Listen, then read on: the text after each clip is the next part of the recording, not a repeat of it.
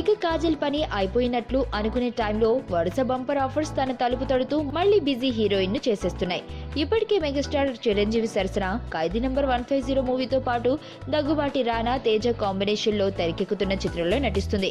ఇవే కాక తాజాగా ధనుష్ సరసన నటించే ఛాన్స్ కొట్టేసింది. రజనీకాంత్ కూతురు సౌందర్య దర్శకత్వం వహిస్తున్న ఈ చిత్రంలో కాజల్ నటిస్తుంది.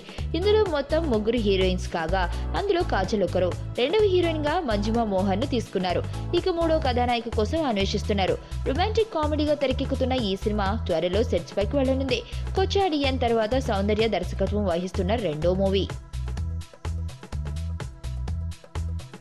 మరణం దేహానికే గాని ఆత్మకు కాదని భగవద్గీత చెప్తుంది. మనిషి బరువెంతున్న మరణానంతరం 21 గ్రాములు తగ్గుతుందని సైన్స్ చెబుతుంది. అంటే ఆ 21 గ్రామ్స్ బరువు